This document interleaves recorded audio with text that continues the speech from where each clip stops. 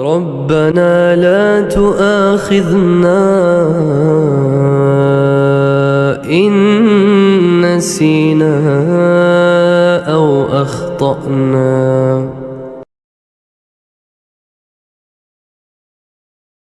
بسم الله الرحمن الرحيم.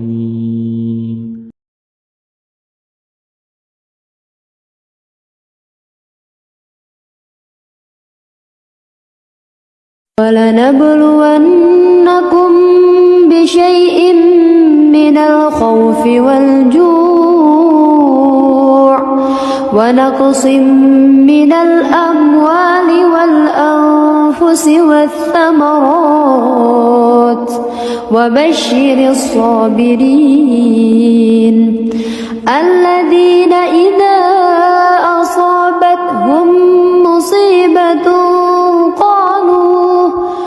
قالوا إنا لله وإنا إليه راجعون أولئك عليهم صلوات من ربهم ورحمة وأولئك هم المهتدون.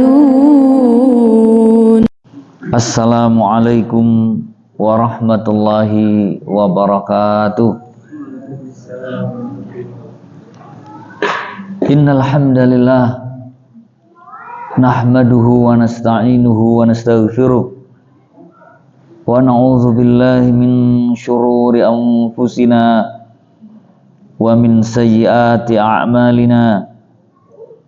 May yahdihillahu fala mudhillalah wa may yudlil fala hadiyalah.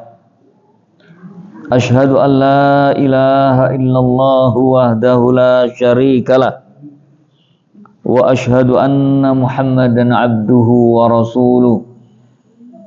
Allahumma salli wa sallim ala nabiyyina Muhammadin wa ala alihi wa ashabihi wa man tabi'ahum bi ihsanin ila yaumiddin. Qala Allah Ta'ala fi kitabihil karim, ya ayyuhalladzina amanu taqullaha haqqa tuqatih wa la tamutunna illa wa antum muslimun. Amma ba'du fa inna asdaqal hadits kitabullah wa khairal huda huda Muhammadin sallallahu alaihi wasallam wa syarral umuri muhdatsatuha wa kullu muhdatsatin bid'ah wa kullu bid'atin dhalalah wa kullu dhalalatin finnar. Bapak Ibu, saudara-saudari rahimakumullah, Allah tabaraka wa taala telah menurunkan Al-Qur'an untuk kita jadikan pedoman di dalam menjalani kehidupan ini.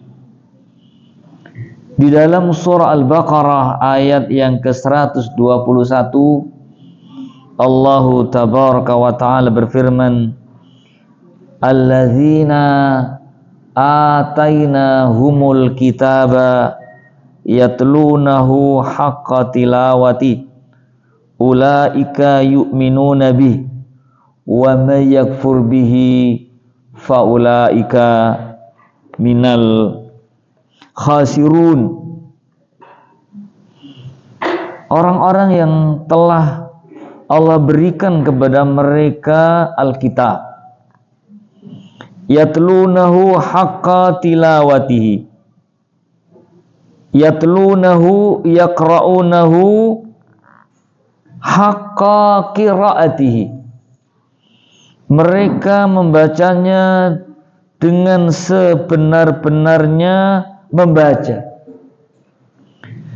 Sahabat Abdullah bin Abbas radhiyallahu anhuma menjelaskan makna yatlunahu haqqa tilawatihi ay yattabi'unahu haqqa ittiba'ihi. Mereka mengikutinya.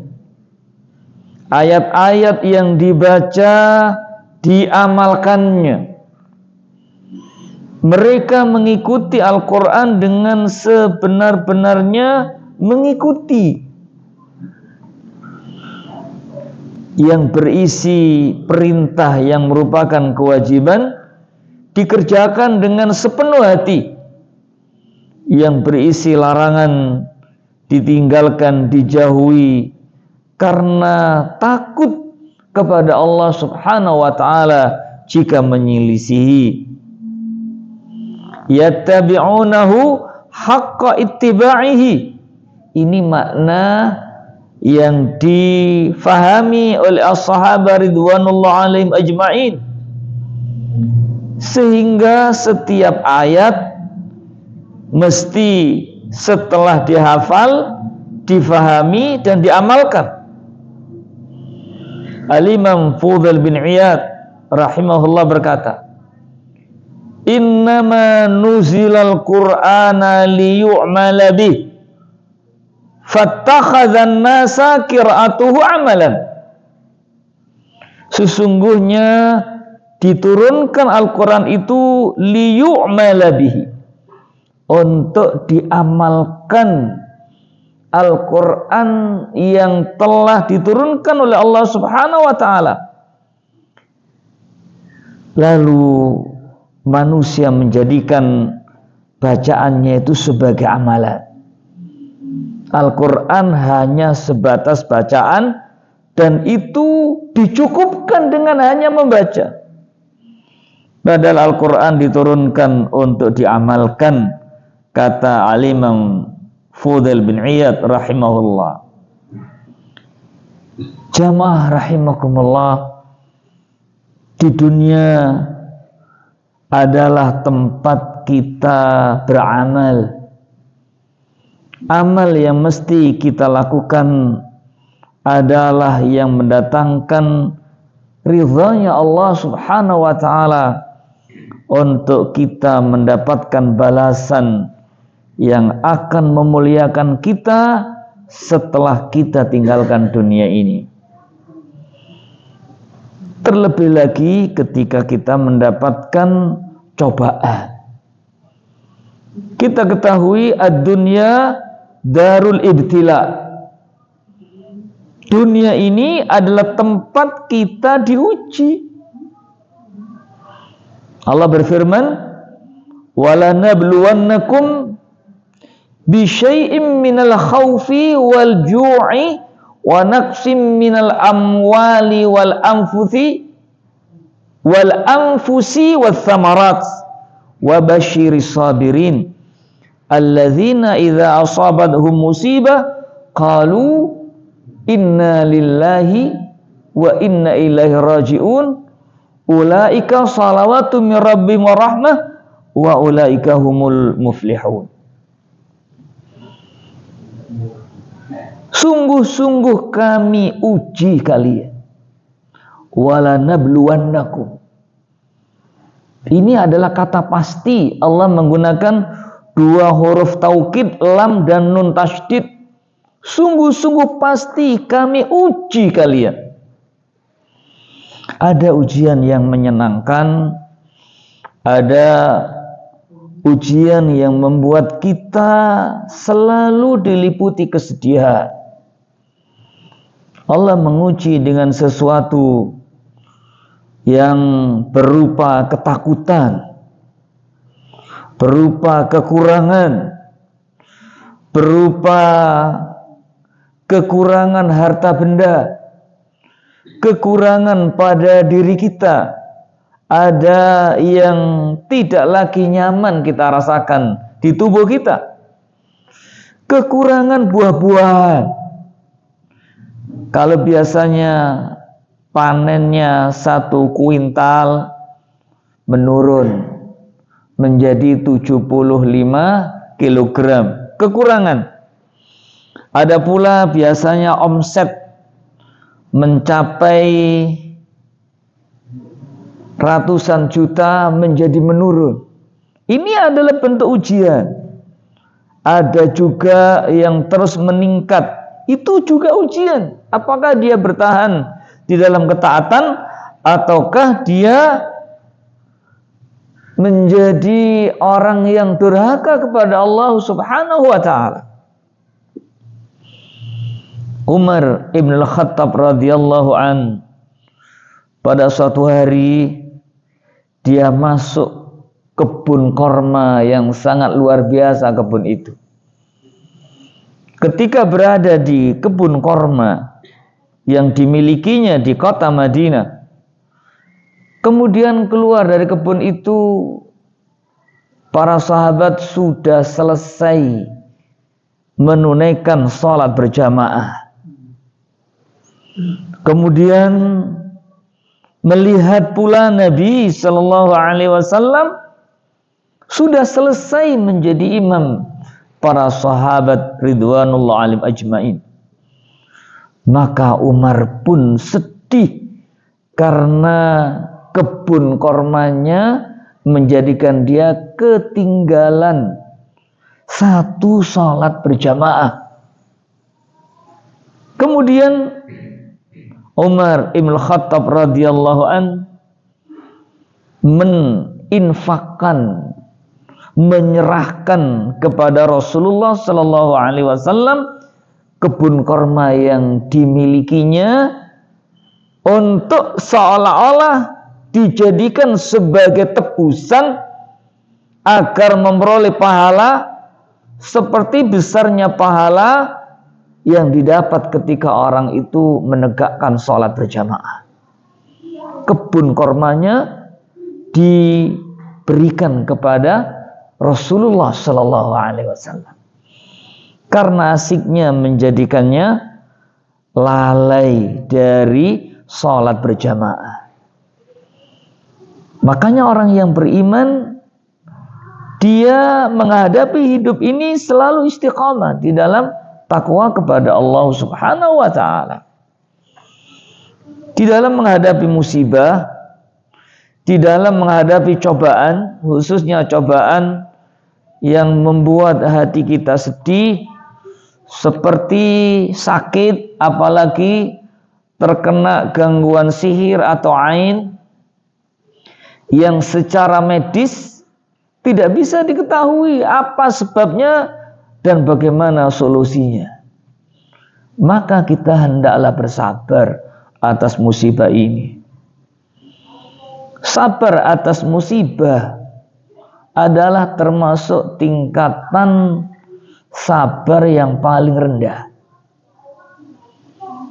Berkata Al-Imam Ibnu Abi Dunya di dalam kitabnya As-Sabru wa Thawabuhu Ilaihi, mengatakan bahwa tingkatan sabar yang paling rendah adalah bersabar ketika musibah menimpa.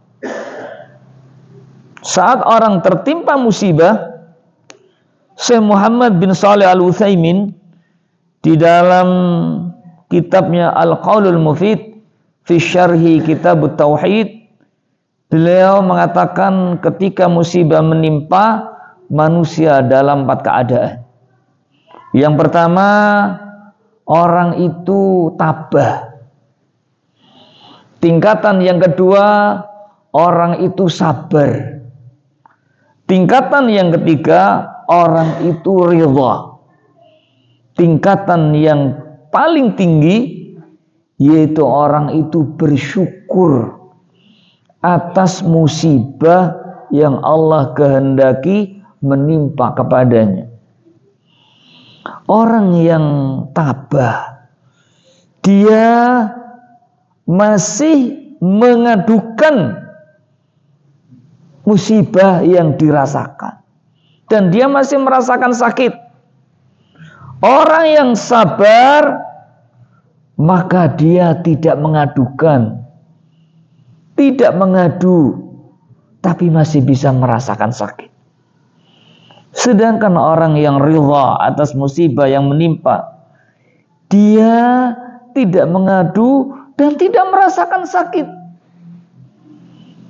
Dan yang paling tinggi ketika musibah menimpa itu, dia bersyukur kepada Allah Subhanahu wa taala karena musibah yang menimpa menjadikan dosa-dosanya diampuni, dan dengan ketabahannya yang menjadikan dia bersyukur itu, dengan kesabarannya, dengan keridhaannya, dan dia meyakini apa yang menimpa itu sudah Allah takdirkan, yang tidak mungkin untuk menghindar dari apa yang Allah kehendaki. Dia bersyukur kepada Allah Subhanahu wa ta'ala, sehingga apapun yang dia dapat, dia selalu mengucapkan alhamdulillah. Bapak Ibu yang berbahagia, oleh karenanya sabar atas musibah, Al-Imam Ibnu Abi Dunya mengatakan adalah tingkatan sabar yang paling rendah. Kemudian sabar ketika Allah memerintahkan kepadanya, sabar di dalam taat. Sedangkan yang paling tinggi adalah sabar menjauhi hal yang diharamkan oleh Allah Subhanahu wa ta'ala. Mengenai perintah, Nabi menegaskan untuk kita laksanakan sesuai dengan yang kita mampu mengerjakan. Sedangkan untuk larangan, kita harus menjauhi 100%. Di dalam hadis riwayat Imam Bukhari, Nabi bersabda, "Idza amartukum bi syai'in fa'tu mastata'tum. Wa idza nahaitukum anhu fajtanibuhu." Apabila aku suruh kalian, maka kerjakan sesuai dengan yang kamu mampu mengerjakan, mastata'tum, menurut yang kamu bisa lakukan. Kalau tidak bisa berpuasa karena sakit misalnya, boleh atau diberikan keringanan tidak berpuasa tapi wajib qada di hari lain di luar bulan Ramadan. Kalau bepergian boleh berbuka tapi wajib untuk mengqadanya. Ini saya ingatkan khususnya kepada para suami, para ayah, pada kakak, untuk mengingatkan istrinya. Seorang wanita hendaklah ingat, Ramadan kurang lebih 76 hari lagi. Yang masih punya utang, hendaklah segera melunasi. Dosa besar ketika Ramadan tiba, utang puasanya belum selesai dibayarnya. Dosa besar itu. Karena berarti dia menyia-nyiakan kesempatan, menyia-nyiakan waktu.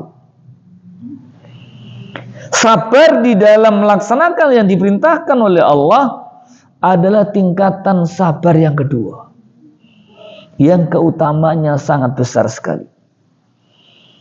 Sabar pada tingkatan yang ketiga, meninggalkan larangan Allah. Larangan Allah untuk kita tinggalkan dengan sekuat tenaga kita. Tidak boleh kita menawarnya. Zina itu tidak ada alasan untuk bisa orang melakukannya. Nggak ada alasan.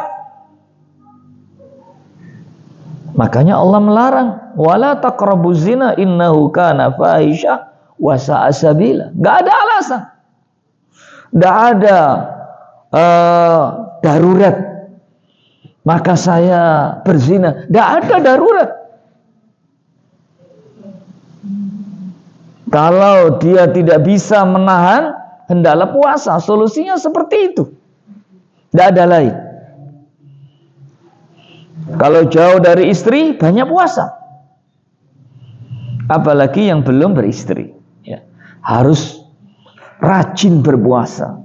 Karena puasa itu kata Nabi, sebagai wija, sebagai pemutus kehendak syahwat yang membara dan berkobar-kobar. tanda kesabaran seseorang ketika dia mendapatkan suatu musibah. Farahul qalbi minal insyighali biman asabahu. Membersihkan hati dari tersibukkan terhadap orang yang membuat hati kita tercederai, yang menimbulkan rasa sakit di badan kita. Al-Imam Ibnul Qayyim Al-Jauzi di dalam Bada'i'ul Fawaid, beliau menegaskan tentang sebab yang kelima untuk kita terlindungi dari bahaya sihir dan ain atau kena musibah lain, agar kita membersihkan hati dari tersibukkan terhadap pelaku kejahatan kepada kita.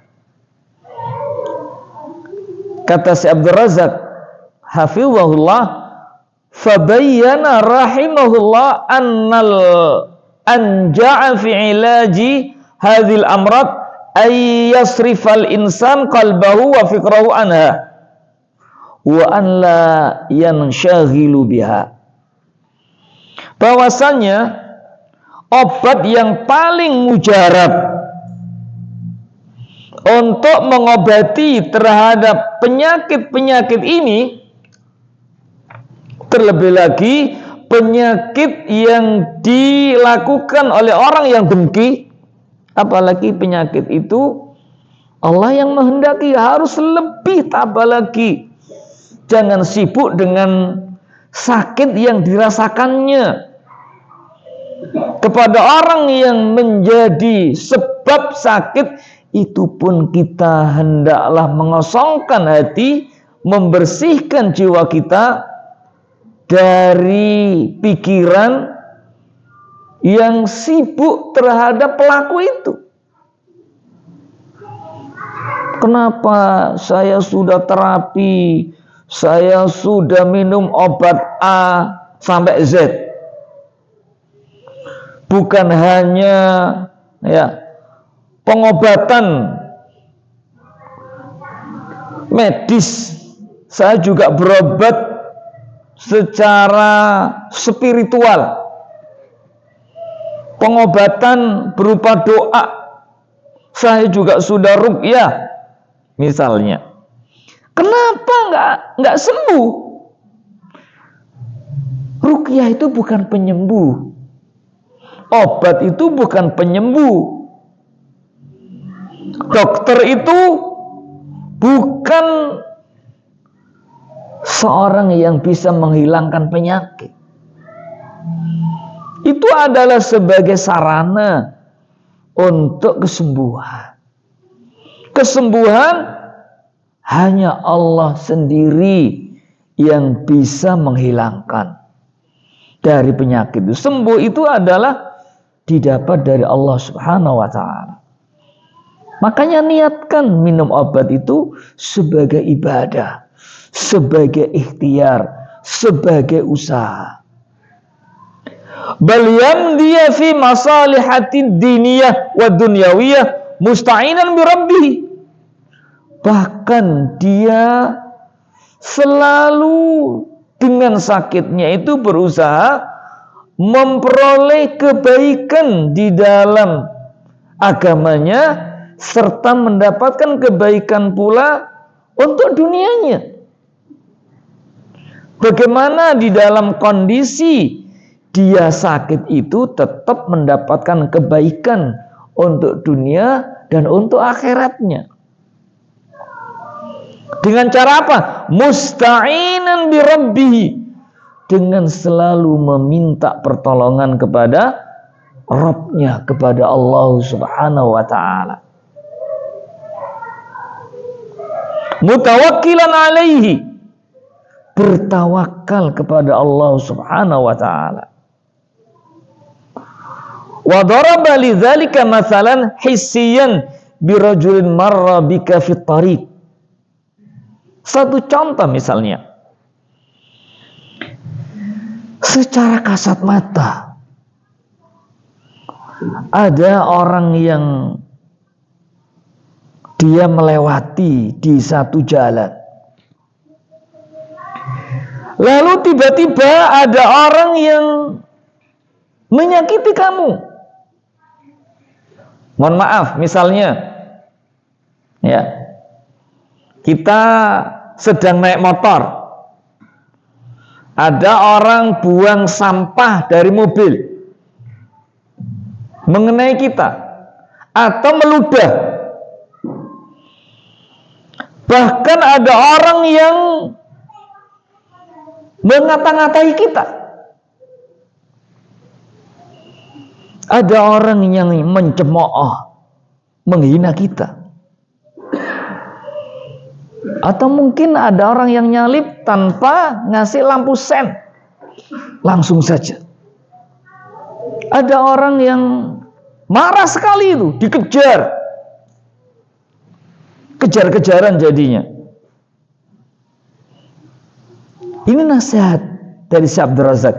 Fa in radatta alaihi asyata'ima, ketika engkau membalas kepada orang yang mencacimu, mengumpatmu, dan engkau membalas olah-olahnya, fa innal amra sayatadha'afu ila syarri min zalik, maka sesungguhnya perkaranya akan berlipat ganda daripada kejelekan yang dia terima sebelumnya. Makanya sabar itu adalah indah. Allah mengulangi kata-kata fasabrun jamil itu 2 kali di dalam surah Yusuf. Sabar itu indah. Kadang-kadang seorang suami direndahkan sama istri, atau sebaliknya seorang istri merasa direndahkan oleh suami lalu membalas, sehingga terjadi pertengkaran. Tidak hanya cukup pertengkaran, ya, suaminya diborgol, di bagian borgol yang satunya diikat di tangga, kemudian disiram pertalet, lalu dibakar. Dampaknya lebih besar. Pertengkaran, perselisihan, celaan dibalas celaan, laknat dibalas laknat. Dasar podo mbek bapak nih, podo kon ya kaya ibumu. Sudah balas membalas itu. Wa rubbama talaka man azahu asy-syai' wal kabir bisababi insyighalika birraddi alaihi. Dan kadang-kadang lebih panjang di dalam dia menyakiti dengan sesuatu yang lebih besar sekali, dengan kamu sibuk membantah atau membalas kepadanya. Bapak Ibu yang berbahagia, apa yang dilakukan Nabi ketika Nabi dicekik oleh Abu Jahal? Apa yang dilakukan Nabi ketika Nabi diludahi? Nabi dikatakan sebagai sahirun kadzdzab. Bukan masalah berani atau tidak berani, tapi memilih untuk maslahat yang lebih besar. Wa taghafalta an syata'imihi wasabi fa innaka saturihu balaka wa qalbaka. Dengan mengabaikan terhadap orang yang mencela, yang mengumpat, yang mengolok-olok, maka sesungguhnya saturihu balaka wa qalbaka, akan menjadikan hatimu tenang, tentram, keadaanmu baik-baik. Abaikan saja. Wa taslamu minasyarri, dan kamu akan selamat dari kejahatan.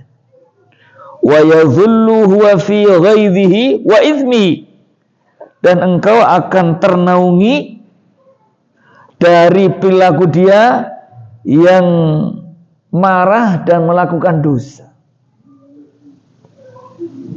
Wa qad ahsana asy-syairu hina qala, sungguh indah sekali perkataan seorang penyair ketika dia berkata, walaqad marartu 'alal laimi yasubbuni famadaitu thummata qultu la ya'nini. Sungguh aku telah melewati terhadap orang yang mengolok-olok, mengumpat, mencela kepadaku. Famadaitu, maka aku lewati umpatan dari orang itu, kemudian aku berkata la ya'nini. La ya'nini. Ya'nini berasal dari kata ta'anna. Ta'anna min ajli bulughi ma yurid, yaitu kita berharap untuk sampai pada apa yang kita inginkan dengan tidak memperdulikan kepada orang-orang yang mengganggu terhadap kita. Wa kam min unasin tada'afat fihim al-amrad wal asqam bisababi sughli afkarihim wa kathrati ijalatil khatir fi mithli hadhil umur. Betapa banyak manusia yang justru bertambah sakit yang mereka rasakan. Begitu pula keadaan yang lebih parah dari sakitnya dikarenakan tersibukkan pikiran mereka dan berusaha untuk membalas yang lebih besar daripada yang dilakukan oleh orang yang berbuat aniaya kepadanya. Ini kebiasaan manusia. Padahal kalau seandainya boleh membalas, memaafkan itu lebih baik, maka membalasnya tidak boleh lebih. Kalau misalkan ya jari kelingking ini yang terkilir karena perilaku orang yang zalim kepada kita, kita tidak boleh sampai patah, hanya sebatas terkilir, tidak boleh lebih.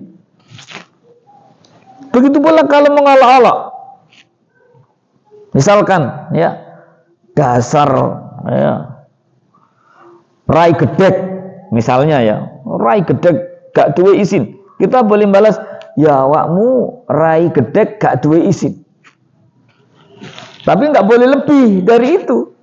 Kalau lebih, maka berbuat kezaliman. Membalas itu hanya sebatas dengan balasan yang sama. Memaafkan itu adalah yang lebih baik. Ini yang diajarkan di dalam agama kita. Wa kana minal khairi lahum al-i'rab an hadza kullihi kama taqaddam. Makanya yang terbaik adalah berpaling dari perilaku seperti ini dengan secara totalitas. Karena hal yang demikian itulah yang akan membawa kepada kebaikan. Sabar atas musibah adalah hal yang mesti kita lakukan di dalam kehidupan ini.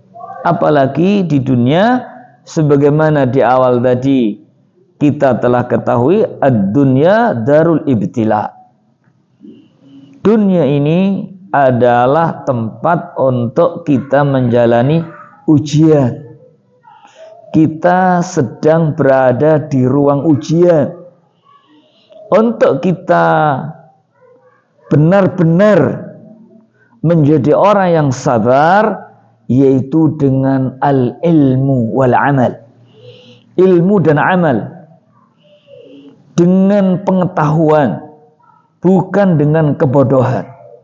Hingga Allah mensifati ibadur rahman, Allah subhanahu wa ta'ala berfirman, wa ibadur rahmanil ladzina yamshuna fil ardi hauna wa idza khatabahumul jahiluna Qalu salama, ma'as salama.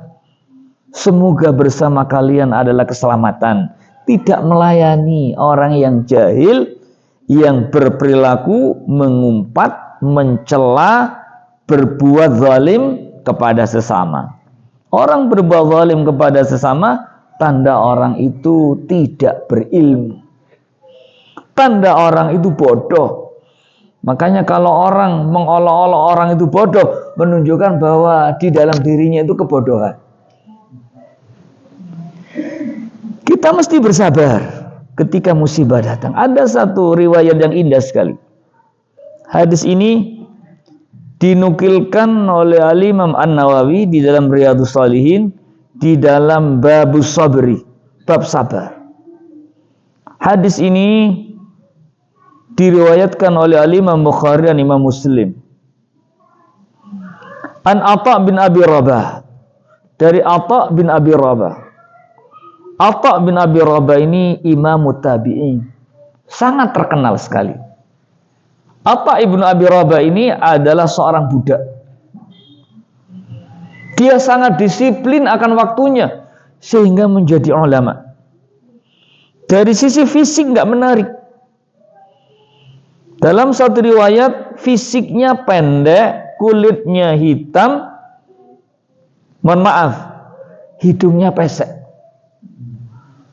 Nggak menarik sama sekali, tapi sangat luar biasa. Khalifah Harun ar-Rasyid pun sangat hormat kepadanya. Sangat hormat sekali. Atha ibnu Abi Rabah ini sebagai budak, beliau sangat disiplin, membagi waktu itu menjadi 3.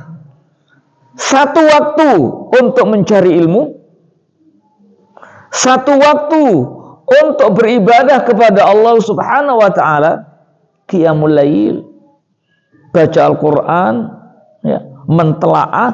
Satu waktu digunakan untuk bekerja karena budak. Sangat disiplin sekali. Sehingga sampai dia menjadi ulama minat tabi. Dia berkata, qala li Ibnu Abbas radhiyallahu anhuma. Berkata kepadaku Ibnu Abbas, ala arika imra'atan min ahlil jannah, maukah aku beritahukan kepadamu seorang wanita yang dia menjadi penghuni surga? Apa jawabannya Imam Atha ibnu Abi Rabah rahimahullah? Qultu bala. Ya tentulah, ingin mengetahui siapa wanita yang menjadi ahli surga itu.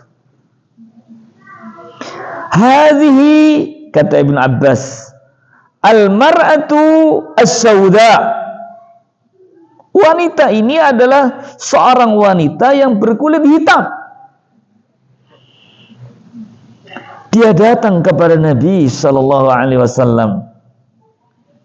Faqalat, lalu dia berkata kepada Nabi sallallahu alaihi wasallam, inni asra'u wa inni atakasyafu fad'ullaha li.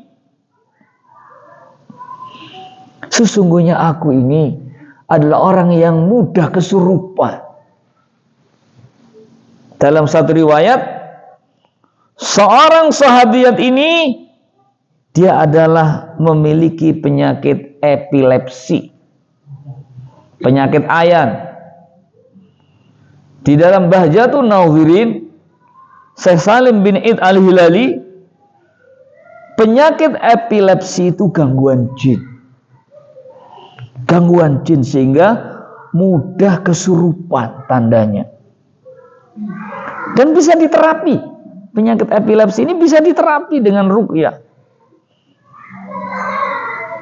Wa inni atakasyafu, dan sesungguhnya aku ketika dalam keadaan tidak sadar itu, kesurupan itu, atakasyafu, tersingkap pakaianku. Tidak lagi sempurna aurat yang mesti aku tutup. Coba bayangkan. Ini profil wanita ahli surga.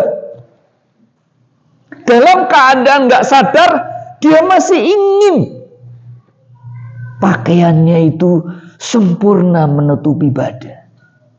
Apalagi sadar.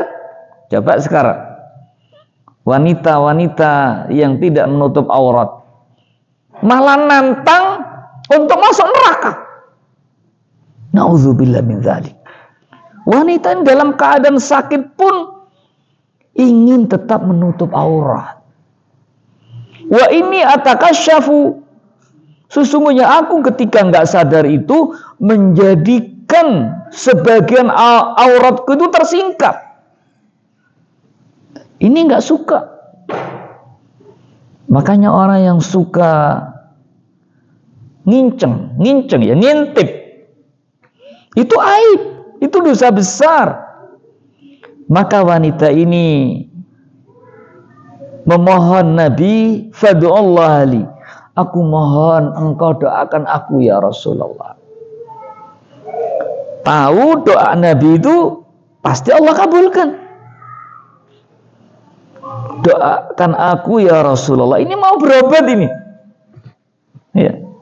Minta agar Nabi meruqyah dengan doanya. Makanya meminta ruqyah itu boleh. Diperbolehkan. Qala in syi'ti walakil jannah. Jika kamu mau, maka bagimu surga. Kalau kamu mau, dengan tetap bersabar atas keadaanmu, maka surga bagimu. Surga Allah persiapkan bagi orang-orang yang sabar. Wa in syi'ti da'autullah. Kalau kamu mau, aku akan berdoa kepada Allah Subhanahu wa taala ayyu'afiki, agar kamu sehat seperti sedia kala. Apa jawab wanita ini? Kata sahabat Abdullah ibn Abbas, asbaru ya Rasulullah, aku sabar saja. Padahal doa Nabi nggak minta bayaran atas terapi doa. Saya memilih sabar, nggak tersibukkan. Kenapa aku kok bisa epilepsi? Kenapa aku kok bisa kerasukan? Makanya kalau misalkan ada yang oleh Allah berikan musibah berupa skizofrenia, berupa stres, mohon maaf hingga gila, maka keluarga hendaklah bersabar. Begitu pula seandainya seorang istri gugat cerai karena dia adalah suami yang stres, ya, atau seorang suami mendapati istrinya stres. Kalau sabar, itu luar biasa keutamanya. Kalau mau meminta cerai, boleh, karena itu delik aduan. Ya, delik. Termasuk boleh seorang wanita gugat cerai ketika suaminya ya jadi pasien abadi RSJ. Dibuktikan. Ya. Itu diperbolehkan, dikabulkan. Permohonan itu dikabulkan. Begitu pula seorang suami dikabulkan oleh pengadilan ketika ada bukti bahwa istrinya adalah punya penyakit psikofren. Psikofren itu dibawa gila. Ini dikabulkan, diperbolehkan, termasuk alasan syar'i. Lalu wanita ini yang sering kumat ayannya, dia pilih sabar. Lalu dia berkata kepada Nabi, inni atakasyafu fad'ullaha an la atakasyafu fada'alaha. Aku kalau lagi datang ayanku, epilepsiku, menjadikan terbuka auratku, maka aku mohon engkau mendoakan aku ya Rasulullah ketika datang penyakitku itu tidak tersingkap auratku. Fada'ala, maka Nabi memohon kepada Allah untuk tidak tersingkap auratnya ketika sedang datang sakitnya.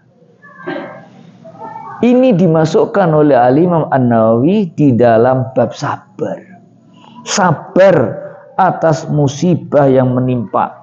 Jangan sampai ketika musibah menimpa dia teriak-teriak, dia jerit histeris, merobek-robek baju, mencakar-cakar muka, ya, nyakar orang-orang yang nggak berdosa, piring-piring yang nggak berdosa dibantingi. Tidak, ini orang yang nggak sabar, tidak akan merubah keadaan, bahkan dia berdosa. Ada satu resep indah dari Nabi. Idza ghadiba ahadukum falyaskut. Ketika kalian marah, diam. Ya. Mulut saja suruh diam sama Nabi. Kaki jangan sampai ya tendang-tendang. Kalau mau tendang-tendang, cari lapangan. Ambil bola. Kalau mau mukul-mukul, cari sansak.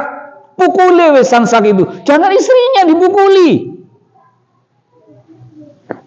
Nanti KDRT itu. Jangan. Kalau mau teriak-teriak, lari sudah teriak-teriakan di depan laut itu. Ke pantai kalau mau teriak-teriak itu. Jangan teriak di kampung. Pak RT nanti datang, oh nopo. Nek seneng meneng, nek ono masalah teriak-teriak. Jangan seperti itu. Kalau kamu marah, dia. Jangan bicara. Kalau yang satu marah-marah, dia. Gak akan kuat marah semalam suntuk, gak akan kuat itu. Biarin itu. Kok meneng tok sampean bisu ya? Diam aja, nggak usah dijawab. Bisu, gawani omong, sudah, diamkan aja. Jangan pergi, ya, jangan tinggal pergi. Buat ngaji aja. Ini yang diajarkan oleh Nabi. Untuk kita tabah, untuk kita bersabar, tidak disibukkan oleh orang yang berbuat zalim kepada kita. Kita mengingatkan dengan cara baik-baik, ya. Kita hendaklah bersabar dengan sebenar-benarnya bersabar. Demikian Bapak Ibu yang berbahagia yang disampaikan oleh Syekh Abdul Razak untuk kita menjaga diri kita dari gangguan sihir dan ain.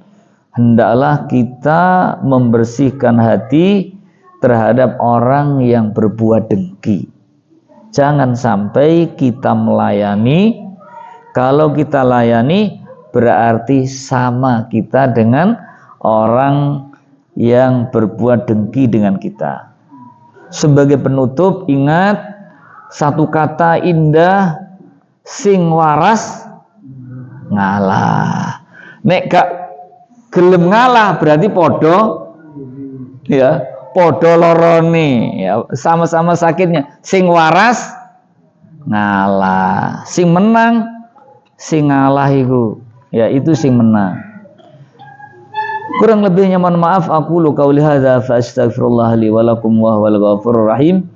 Wa sallallahu ala nabiyyina Muhammadin wa ala alihi wa ashabil akhyar wa sallama tasliman katsira wallahu a'lamu bissawab. Subhanakallahumma wa bihamdika asyhadu an la ilaha illa anta astaghfiruka wa atubu ilaik.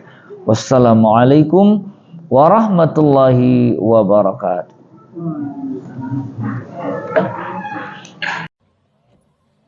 لئن شكرتم لأزيدنكم ولئن كفرتم إن عذابي لشديد